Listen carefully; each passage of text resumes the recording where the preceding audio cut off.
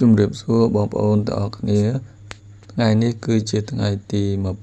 23ខែ3ឆ្នាំ2026សម្រាប់តម្លៃហាងឆេងមាសនិងប្រាក់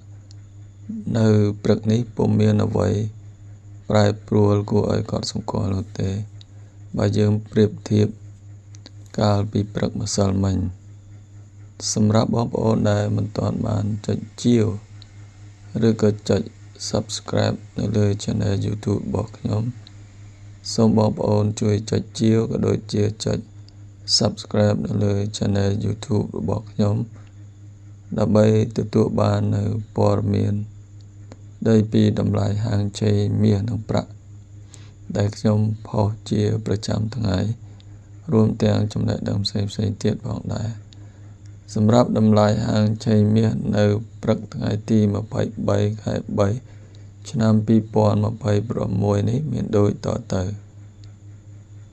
1អោនតម្លៃ$4,497 ដុល្លារ1ជីតម្លៃ$541 ដុល្លារ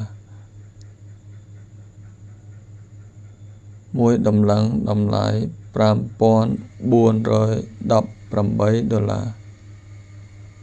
និង1គីឡូតម្លៃ$14,462 ដុល្លារសម្រាប់តម្លៃហាងឆេងប្រាក់នៅព្រឹកថ្ងៃទី23ខែ3ឆ្នាំ2026នេះវិញមានដូចតទៅ1អោនតម្លៃ$67 ដុល្លារ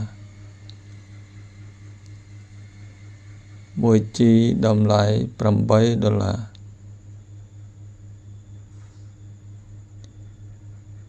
1តម្លឹងតម្លៃ$81 ដុល្លារនិង1គីឡូតម្លៃ$2,183 ដុល្លារ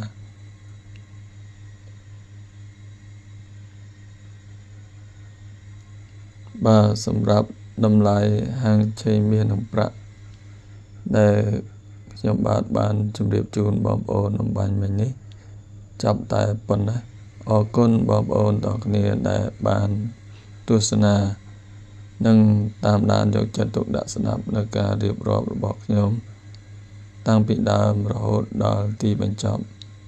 ជូនពរបងប្អូនទាំងគ្នាមានសុខភាពល្អរកទទួលទានមានបានគ្រប់គ្នាសូមអរគុណសូមជម្រាបលាហើយជួបគ្នានៅវីដេអូក្រោយៗមកទៀត